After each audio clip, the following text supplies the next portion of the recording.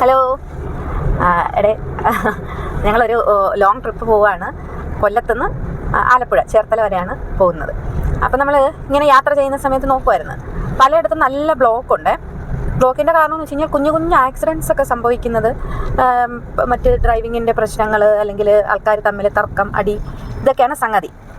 അപ്പോൾ ഞാൻ ആലോചിച്ചു, എന്നാൽ പിന്നെ അതൊരു വീഡിയോ ആക്കി ചെയ്യാമെന്ന്. എന്തായാലും വണ്ടിയിൽ വെറുതെ ഇരുന്ന് കത്തിവെച്ച് പോവാണ്, നമ്മളൊരു വീഡിയോ ചെയ്യാമെന്ന് വിചാരിച്ച് ചെയ്യാൻ കേട്ടോ. അപ്പോൾ ഞാനും മുകേഷ് ചേട്ടനും മോനുണ്ട് കേട്ടോ, മോന് ബാക്കിൽ ഉറങ്ങുന്ന. അപ്പോൾ അതിൻ്റെ കുറച്ച് കാര്യങ്ങൾ, കുഞ്ഞു കുഞ്ഞു കാര്യങ്ങൾ, ഡ്രൈവിംഗ് റിലേറ്റഡ് ആയിട്ടുള്ള കുറച്ച് കാര്യങ്ങളാണ് പറയുന്നത്.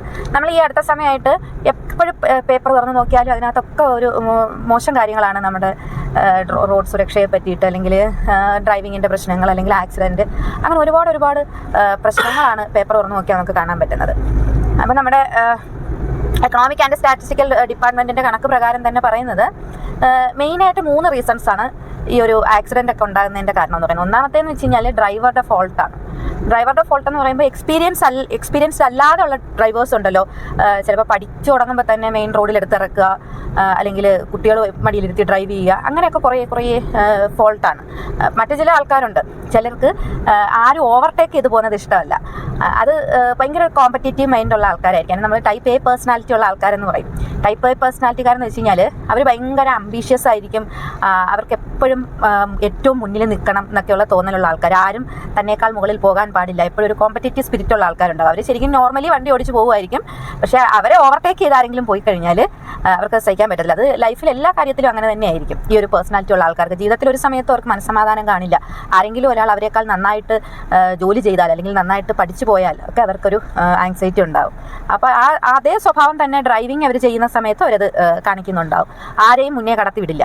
ആരെങ്കിലും ഒരാൾ മുന്നേ പോയി കഴിയുമ്പോഴത്തേനും ഭയങ്കര ടെൻഷനാണ്, എന്നേക്കാൾ മുമ്പേ പോയോ എന്നൊക്കെയുള്ള ചിന്ത വരുന്ന അങ്ങനെ ഒരു പേഴ്സണാലിറ്റി ഉള്ള ആൾക്കാരൊക്കെ ഉണ്ട്. പിന്നെ അത് കൂടാതെ വേറൊരു പ്രശ്നം എന്ന് വെച്ച് കഴിഞ്ഞാൽ, ചില ഒരു ജെൻഡറിൻ്റെ ഇച്ചിരി പ്രശ്നമുള്ള ആൾക്കാരൊക്കെ ഉണ്ടാവും. അപ്പോൾ അവർക്കെന്ന് പറഞ്ഞു കഴിഞ്ഞാൽ, സ്ത്രീകളാണ് ഡ്രൈവ് ചെയ്ത് പോകുന്നതെങ്കിൽ, സ്ത്രീകൾ ഓവർടേക്ക് ചെയ്യുകയാണെങ്കിലൊക്കെ ഭയങ്കര പ്രശ്നമായിരിക്കും. അങ്ങനെ ഉള്ള കുറച്ച് ആൾക്കാരുണ്ട്. പിന്നീട് ഡ്രൈവിങ്ങിൻ്റെ, ഞാൻ പറഞ്ഞില്ലേ, ഡ്രൈവിങ് ഭയങ്കര ഒരു ആർട്ടാണ്. അപ്പോൾ ഈ ഒരു സംഗതി എന്ന് വെച്ച് കഴിഞ്ഞാൽ, ഒരു തവണ നമ്മൾ പഠിച്ചു കഴിഞ്ഞാൽ, അല്ലെങ്കിൽ ഒരു തവണ നമ്മൾ നന്നായിട്ട് ഡ്രൈവിങ് ഇരുന്ന ഒരാളാണെങ്കിൽ അയാൾക്ക് പിന്നീട് ഒരുപാട് നാളിന് ശേഷമാണെങ്കിൽ കൂടി ഡ്രൈവ് ചെയ്യുമ്പോഴത്തേനും ചെറിയ ബുദ്ധിമുട്ടുകൾ, ഒരു 2 or 3 ഡ്രൈവിൻ്റെ പ്രശ്നങ്ങളെ ഉണ്ടാവുള്ളൂ. കാര്യം എന്ന് വെച്ച് കഴിഞ്ഞാൽ, ഡ്രൈവിംഗ് എന്ന് പറയുന്ന ഡ്രൈവിംഗ് ലേൺ ചെയ്യുന്നതെന്ന് വെച്ച് കഴിഞ്ഞാൽ അത് നമ്മുടെ ലോങ് ടേം മെമ്മറിയിലാണ് രജിസ്റ്റർ ചെയ്യുന്നത്. ലോങ് ടേം മെമ്മറിയിലുള്ള കാര്യങ്ങളൊന്നും നമുക്കങ്ങനെ പെട്ടെന്ന് നഷ്ടപ്പെടത്തില്ല. നമ്മളിൽ ലോക്കറിൽ സൂക്ഷിച്ച് വെച്ചിരിക്കുന്ന കണക്കാണ് ഈ ലോങ് ടേം മെമ്മറിയിലുള്ള കാര്യങ്ങളൊക്കെ ഇരിക്കുന്നത്. അതുപോലെ ഈ ഡ്രൈവിംഗ് എന്ന് പറയുന്നത് പ്രൊസീജറൽ മെമ്മറി കൂടിയാണ്. പ്രൊസീജറൽ മെമ്മറി എന്ന് വെച്ച് കഴിഞ്ഞാൽ, നമ്മളിപ്പോൾ രാവിലെ എണീറ്റിട്ട് ആലോചിക്കുമോ എങ്ങനെയാണ് ബ്രഷ് ചെയ്യുന്നത്, എങ്ങോട്ട് പിടിക്കണം ബ്രഷ് എന്നൊക്കെ രാവിലെ എണീറ്റ് നമ്മൾ ആലോചിക്കുമോ? ഇല്ല. കുളിക്കാൻ നേരത്ത് നമ്മൾ ആലോചിക്കുമോ കുളിക്കുന്നത് ഇങ്ങനെയാണോ കുളിക്കേണ്ടതെന്നൊന്നും നമ്മൾ ആലോചിക്കില്ലല്ലോ. നമുക്കൊരു റുട്ടീൻ അനുസരിച്ച് നമ്മൾ ചെയ്യുന്ന കുറേ കാര്യങ്ങൾ, അത് നമുക്ക് ഓർത്തെടുത്ത് ചെയ്യേണ്ട അല്ലാത്ത കാര്യങ്ങൾ, അതിനാണ് ഈ പ്രൊസീജറൽ മെമ്മറി എന്ന് പറയുന്നത്. ഡ്രൈവിങ്ങും അതുപോലെ തന്നെയുള്ളൊരു സംഗതിയാണ്. നമുക്കത് ആലോചിച്ചെടുത്ത് ചെയ്യേണ്ടതെന്നല്ല, ഓട്ടോമാറ്റിക്കലി അങ്ങ് നമ്മുടെ കൈയിലേക്ക് അല്ലെങ്കിൽ കാലിലേക്ക് മൂവ്മെൻറ്റ്സ് വന്നോളും. അതാണ് ഡ്രൈവിംഗ് എന്ന് പറയുന്നത്. ഒരു ലോങ് ടേം മെമ്മറിയിൽ ഒരു പ്രൊസീജറൽ മെമ്മറി എന്നാണ് ഡ്രൈവിങ്ങിനെ പറയുന്നത്. അപ്പോൾ ഈ ഒരുപാട് നാൾ വണ്ടി ഓടിച്ചിരുന്ന ആൾക്കാർക്ക് അപ്പോൾ ഫോൾട്ട് വരുന്നത് അവരുടെ അശ്രദ്ധയോ മറ്റെന്തെങ്കിലും റീസൺസോ കൊണ്ടാണ്, അല്ലാതെ അവരുടെ ഡ്രൈവിംഗ് അറിയാൻ വയ്യാത്തത് കൊണ്ടൊന്നുമില്ല. അപ്പോൾ അത് മറ്റ് റീസൺസ് ആയിരിക്കും. അതിൽ മറ്റൊരു റീസൺ എന്ന് പറയുന്നതെന്ന് വെച്ചാൽ ഡ്രങ്കൺ ഡ്രൈവിംഗ് ആണ്, അല്ലെങ്കിൽ മദ്യപിച്ചതിന് ശേഷം വണ്ടി ഓടിക്കുന്നത്. അപ്പോൾ പല ആൾക്കാരും പറയാറുണ്ട്, എനിക്ക് മദ്യപിച്ച് കഴിഞ്ഞാലും ബോധമൊന്നും പോവില്ല, എനിക്ക് നന്നായിട്ട് വണ്ടി ഓടിക്കാൻ പറ്റും, എൻ്റെ കൺട്രോളിൽ വണ്ടി ഉണ്ട് എന്നൊക്കെ പറയും. പക്ഷെ അത് ശരിയാണ്, അവർക്ക് ബോധമൊന്നും പോകുന്നില്ല. നമ്മുടെ കോൺഷ്യസ് മൈൻഡും അൺകോൺഷ്യസ് മൈൻഡും കൂടെ ചേരുമ്പോഴാണ് ഡ്രൈവിങ് നടക്കുന്നത്. അൺകോൺഷ്യസ് മൈൻഡ് എന്ന് പറയുന്നത്, നമ്മളിപ്പോൾ ഡെയിലി പോകുന്നൊരു റൂട്ടിലെ വഴിയൊന്നും നമ്മൾ ആലോചിച്ചെടുത്തല്ല പോകുന്നത്. അത് നമ്മുടെ അബോധ മനസ്സ്, അല്ലെങ്കിൽ ഉൾക്കണ്ണുണ്ടല്ലോ നമ്മുടെ, അത് വെച്ചിട്ടാണ് നമ്മൾ ഡ്രൈവ് ചെയ്ത് പോകുന്നത്. സ്ഥിരം പോകുന്ന റൂട്ടൊന്നും നമ്മൾ ചിന്തിച്ചെടുത്തല്ല പോകുന്നത്. അപ്പോൾ അത് അൺകോൺഷ്യസ് മൈൻഡാണ് നമ്മളെ കൺട്രോൾ ചെയ്യുന്നത്. അപ്പോൾ അത് കൂടാതെ കോൺഷ്യസ് മൈൻഡും കൂടെ ഇതിൻ്റെ ഇതിനകത്ത് ഇൻവോൾവ് ചെയ്യുന്നുണ്ട്. കോൺഷ്യസ് മൈൻഡിൻ്റെ ഡ്യൂട്ടി എന്ന് വെച്ച് കഴിഞ്ഞാൽ, ഇപ്പോൾ ഓപ്പോസിറ്റ് ഒരു വണ്ടി വരുന്നു, ബ്രേക്ക് ചവിട്ടണം. വണ്ടി വരുന്നത് നമ്മൾ ഒബ്സർവ് ചെയ്യുന്നത്, നമ്മുടെ സെൻസ് ഓർഗൻസ് എല്ലാം ആക്റ്റീവായിട്ടിരിക്കുമ്പോഴാണ് ഡ്രൈവ് ചെയ്യാൻ പറ്റുന്നത്. ബാക്കിൽ നിന്നൊരു ഹോണടി കേൾക്കുമ്പോഴോ, അല്ലെങ്കിൽ ഒരു സിഗ്നൽ കാണുമ്പോൾ അവിടെ നിർത്തണം, ഇതൊക്കെ നമ്മുടെ കോൺഷ്യസ് മൈൻഡാണ് നമ്മളെ പഠിപ്പിക്കുന്നത്. അൺകോൺഷ്യസ് മൈൻഡും കോൺഷ്യസ് മൈൻഡും കൂടെ ഒരേപോലെ ആക്റ്റീവായിട്ടിരിക്കുമ്പോൾ മാത്രമേ നമുക്ക് ഡ്രൈവിംഗ് പോസിബിൾ ആവുകയുള്ളൂ. അപ്പോൾ ഈ കുറച്ചൊക്കെ ആൽക്കഹോൾ അകത്ത് ചെന്നാലും, അല്ലെങ്കിൽ മദ്യപിച്ചിട്ടുണ്ടെങ്കിലും ഒന്നും അറിയാൻ പറ്റില്ല. ഡ്രൈവിങ്ങിൽ ഉണ്ടാകുന്ന പ്രശ്നങ്ങളൊന്നും വലിയ കാര്യമായിട്ട് വരത്തില്ല. പക്ഷെ ഇവിടെ സംഭവിക്കുന്നത് എന്താണെന്ന് ചോദിച്ചു കഴിഞ്ഞാൽ, ആൽക്കഹോൾ അകത്ത് ചെന്ന് കഴിയുമ്പോഴത്തേനും നെർവ് കണ്ടക്ഷൻ്റെ റേറ്റ് കുറയും. നോർമലി ഒരു നെർവ് കണ്ടക്ഷൻ നടക്കുന്നതെന്ന് വെച്ച് കഴിഞ്ഞാൽ 100 മീറ്റർ പെർ സെക്കൻഡാണ്. നെർവ് കണ്ടക്ഷൻ എന്ന് ഞാൻ ഉദ്ദേശിക്കുന്നത് ഒരു വണ്ടി ഓപ്പോസിറ്റ് വരുമ്പോൾ ബ്രേക്ക് ചെയ്യണം അല്ലെങ്കിൽ വണ്ടിയുടെ സ്പീഡ് കുറയ്ക്കണം എന്ന നമുക്കൊരു തോന്നൽ വരുമല്ലോ. അല്ലെങ്കിൽ നമ്മുടെ ആ ഒരു ബ്രെയിനിൽ നിന്നുള്ള ഇൻഫർമേഷൻ കാലിലേക്ക് പോയിട്ട് അത് ബ്രേക്കിൽ ചവിട്ടിയെങ്കിലല്ലേ വണ്ടി നിൽക്കത്തുള്ളൂ. അപ്പം നോർമലി ഒരു വണ്ടി ഓപ്പോസിറ്റ് വരുവാണെങ്കിൽ നമ്മൾ ബ്രെയിൻ എന്ത് ചെയ്യും? വണ്ടി വരുന്നുണ്ട്, പെട്ടെന്ന് ബ്രേക്ക് ചവിട്ടിക്കോന്ന് പറയും. പക്ഷേ ആൽക്കഹോൾ ഉള്ളിൽ ചെന്നിട്ടുണ്ടെങ്കിൽ ഈ ഇമ്പൾസ് റേറ്റ് കുറയും. ഇപ്പോൾ ഞാൻ പറഞ്ഞു 100 മീറ്റർ പെർ സെക്കൻഡാണ് നോർമലി ഒരാളുടെ ഇമ്പൾസിൻ്റെ മൂവ്മെൻറ്റ്സ്, ഉദ്ദീപനങ്ങൾ അല്ലെങ്കിൽ സ്റ്റിമുലസ് ബ്രെയിനിലേക്ക് മൂവ് ചെയ്യുന്ന റേറ്റ് എന്ന് പറഞ്ഞാൽ 100 മീറ്റർ പെർ സെക്കൻഡാണ്. അപ്പോൾ ഈ ആൽക്കഹോൾ കൺസ്യൂം ചെയ്തിട്ടുള്ള ഒരാൾ പുള്ളിക്ക് നല്ല നോർമലായിരിക്കും, പുള്ളിക്ക് ചുറ്റും നടക്കുന്ന കാര്യങ്ങളെല്ലാം അറിയാമായിരിക്കും, വണ്ടി സ്വന്തം കൺട്രോളിലാണെന്ന് തോന്നും, ഇതെല്ലാം ആണ്. പക്ഷേ ഒരു വണ്ടി അടുത്തോട്ട് വരുമ്പോഴത്തേനും ആ വണ്ടി വരുന്നു എന്ന് നമ്മൾ സെൻസ് ചെയ്യാൻ കുറച്ച് സമയമെടുക്കും. വണ്ടി ഇടിച്ച് കഴിയുമ്പോഴേ കാല് ബ്രേക്കിലേക്ക് പോവുള്ളൂ. അപ്പോൾ ഇതാണ് ആൽക്കഹോൾ കൺസ്യൂം ചെയ്ത് കഴിയുമ്പോഴത്തേനും സംഭവിക്കുന്നത്. പലരും പറയും, എനിക്ക് ഒട്ടുമിക്ക മദ്യപിക്കുന്ന ആൾക്കാരും പറയുന്നതെന്ന് വെച്ച് കഴിഞ്ഞാൽ എനിക്ക് മദ്യപിച്ച് കഴിഞ്ഞാലും വണ്ടി ഓടിക്കുന്നതിന് പ്രശ്നമൊന്നുമില്ല, എൻ്റെ കൈ കൺട്രോൾ എനിക്ക് നല്ലതുപോലെ ഉണ്ട്.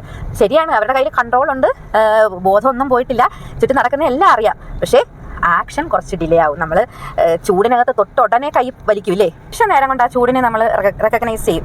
പക്ഷേ ഈ ഒരു ഇമ്പൾസ് സ്ലോ ആകുമ്പോഴത്തേനും നമ്മൾ കൈ വെച്ചിട്ടുണ്ട്, ആ ചൂടാണ്, കൈ വലിക്കണമെന്ന് നമ്മൾ ആ ഒരു തോട്ട് വരാനായിട്ട് കുറച്ച് സമയം എടുക്കും. അപ്പോഴത്തേനും കൈ പൊള്ളിയിരിക്കും. അതുപോലെയാണ് ഡ്രൈവിങ്ങിൽ. നമ്മൾ വണ്ടി വരുന്നു, ആ സെക്കൻഡിൽ നമ്മൾ ബ്രേക്കിൽ കാല് വെക്കണം, ഇല്ലാന്നുണ്ടെങ്കിൽ പിന്നെ വെച്ചിട്ട് പ്രയോജനമില്ല. അപ്പോൾ അതാണ് ആൽക്കഹോൾ കൺസ്യൂം ചെയ്ത് കഴിയുമ്പോൾ ആക്സിഡൻറ്റ് വരുന്നതിൻ്റെ റീസൺ അതാണ്. അല്ലാതെ ബോധം നഷ്ടപ്പെട്ടു പോയതുകൊണ്ടോ വണ്ടിയുടെ കൺട്രോൾ പോകുന്നത് കൊണ്ടോ ഒന്നുമല്ല. അപ്പോൾ അത് കുറേ ആൾക്കാരൊന്ന് മനസ്സിലാക്കിയിരിക്കണം എന്ന് എനിക്ക് തോന്നിയിട്ടുണ്ട്.